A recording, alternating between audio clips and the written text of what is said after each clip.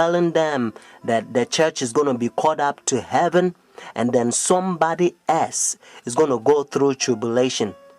But Paul says, yea, whosoever shall live in godly shall suffer persecution.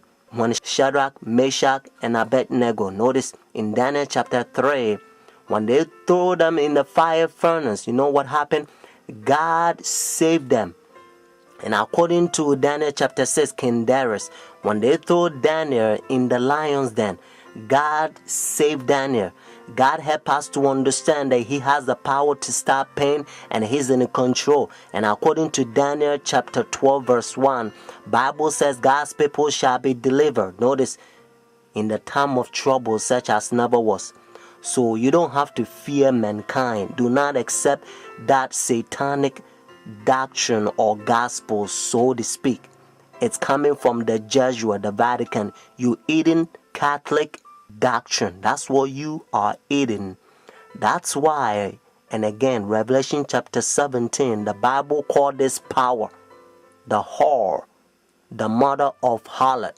Means if this power is a mother, notice, that means that this power has a daughters. It's a Sunday churches that they accept their sun worship day. That's why it's Sunday. And watch even the spellings, you find out that's what it is. So friends, Jesus Christ is coming. Whether you go to church or not, friends, take a stand now. Saturday is the biblical day, the Sabbath, because God knows that in the end, the devil's going to make a lot of people forget the day. It's the holy day that they prove that He's the one who created heaven and the earth.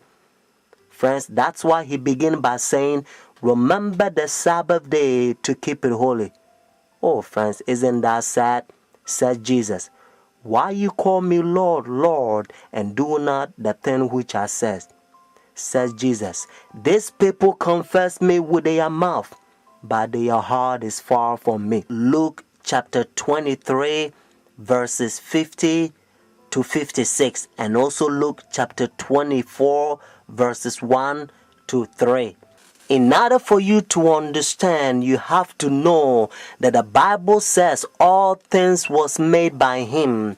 So Jesus Christ created this world 6 days, and the 7th day He rested, according to Genesis chapter 2, verses 1 to 3.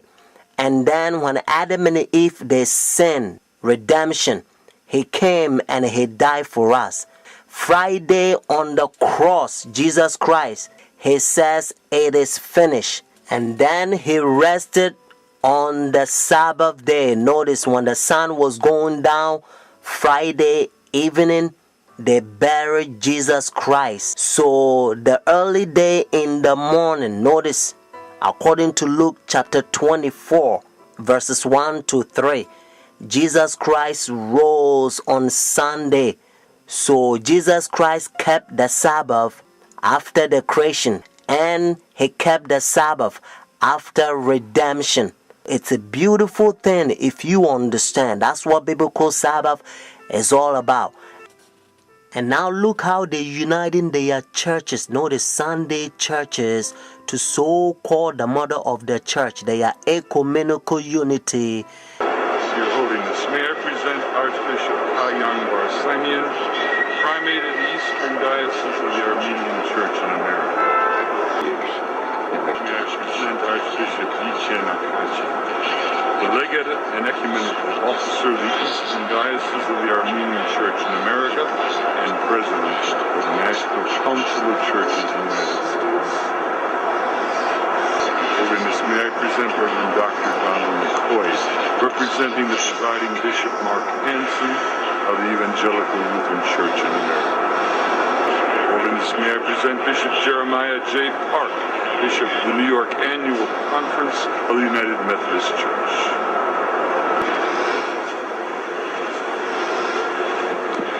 Your Holiness, may I present Reverend Wesley Granberg Michelson, the General Secretary of the Reformed Church in America. Your Holiness, may I present Reverend Dr. Clifton Kirkpatrick, the stated clerk of the General Assembly of the Presbyterian Church in the United States. Your Holiness, may I present Reverend Dr. William J. Shaw, President of the National Baptist Convention, United States. Your Holiness, may I present Bishop James Leggett, General Superintendent of the International Pentecost Holiness Church. Your Holiness, may I present Dr. Leith Anderson, President of the National Association of Evangelicals. Your Holiness, may I present Bishop David H. Benke, President of the Atlantic District of the Lutheran Church, Missouri Synod. Your Holiness, may I present Reverend Dr. A.R. Bernard Sr., President of the Council of Churches of the City of New York. Your Holiness, may I present Elder Bernice King, daughter of the civil rights leaders Martin Luther King Jr. and Coretta Scott King. Your Holiness, may I present Reverend Jimmy Song Jilim, Executive Director of the Council of Churches of the City of New York. Your Holiness, may I present the Right Reverend Mark Sisk, Bishop of the Episcopal Diocese of New York. Do you understand the language? Your Holiness. And this is how they call this power. He think he is God. That's what their teachings is all about, friends. And you also know that when the religious leaders, when they come to meet this power, they wearing black. Notice, dark color. They represent the sinners, and he represent God. And now listen to what Bible says. This is the chapter. Notice 2 Thessalonians chapter 2. This is the chapter the Protestant Sunday churches, they are forefathers. They used to protest against this power during dark ages, and they call them Antichrist. Notice Antichrist. But now you don't hear from Sunday churches anymore because they betray their forefathers. Let's start from verse 3. Notice 2 Thessalonians chapter 2. Let no one deceive you by any means, for that day will not come unless the falling away comes first, and the man of sin is revealed, the son of perdition, who opposes and exalts himself above all that is called God, all that is worshipped, so that he sit as God in the temple of God, showing himself that he is God. Do you not remember that when I was still with you, I told you these things? And now you know what is restraining, that he may be revealed in his own time. Notice what it says in verse 7.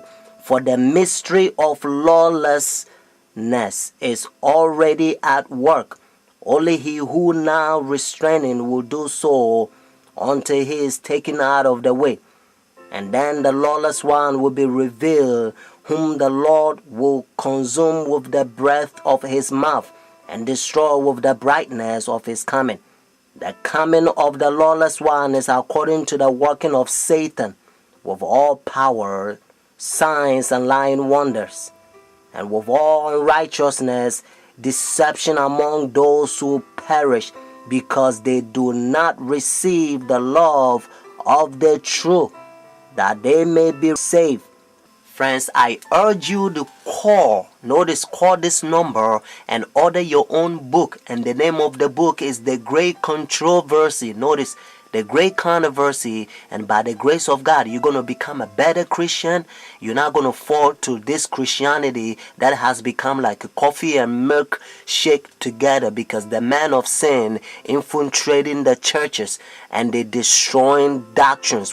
The phone number here is 856-503-5893. One more time, 856-503-5893. Friends, Also, if God is touching your heart to support God's faithful ministry so that we can speed up this gospel to a lot of people so that they can hear what you are hearing, because heaven is ceaseless ages. Benedict XVI heads to the U.S. this coming week for his first visit here since being elected Pope 3 years ago, where the war in Iraq is expected to be high on the agenda.